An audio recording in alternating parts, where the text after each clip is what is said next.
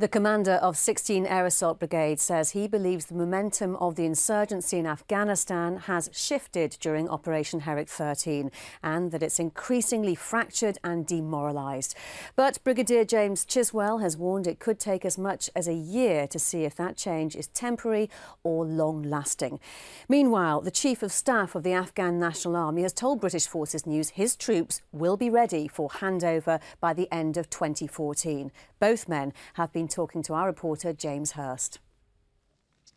Herrick 13 was the third time 16 Air Assault Brigade have been to Helmand. This time they had thousands more troops, concentrated in a much smaller area of the province, the three key districts of Nad Ali, Nahr-e Saraj and Lashkar Gah.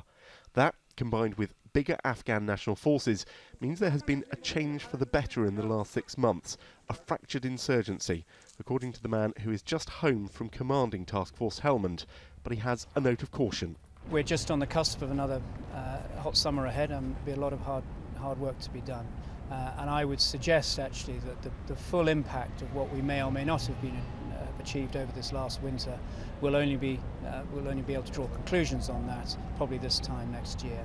But the thing that has changed, it seems to me, is one is the increasing pressure that the insurgents are under, and the commensurate growth in local optimism is the most telling point. And that's what's changed in central Helmand. The Brigadier says key to building that vital local confidence is development projects like the opening of route Trident, allowing freer travel through central Helmand, with new markets opening up along the way. Also central, the development of the Afghan National Army, who have taken the lead in the Omid series of operations during Herrick 13. I've been struck consistently, actually, by the competence of when the Afghan Army rolls out the door, its ability to bring a sense of confidence to the local people inevitably far outstretches ours. They love to see their army amongst them. So very powerful tool, I think. The Brigadier's confidence in Afghan forces is echoed, perhaps not surprisingly, by the Chief of Staff of the Afghan National Army, who's on a visit here to London. He said today that they would be ready for handover by 2014. So I asked him a little earlier on what he based that confidence. First of all, the ANA has been doing a very good training. Recruiting-wise, we don't have any problem. We go the program of the recruiting by the schedule. We have the right people, for the army volunteers. That's no problem. The training centers has expanded. In the past, we had just one training center in Kabul. Now we have, beside that, we have regional training centers in each core area. So we have plenty of opportunity available to see to the expansion of the army and train them in the same time. How long do you think you will need support from other countries? You see, it depends on the nature of the enemy, the threat.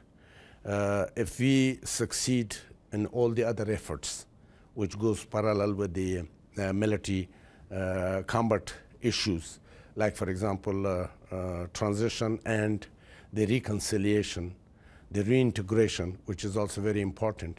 You see, just by fighting or combat building efforts, you cannot bring peace. Peace has to be looked at from all angles, political, social, and military. But the military side is the key.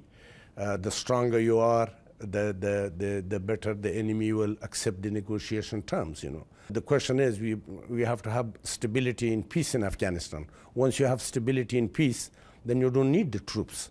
So the troops will go. Well, the strategic partnership, the strategic support will stay for years and years, and that's our wishes and desires, that that relation of long-term support, economic, social, and political support of the West is needed.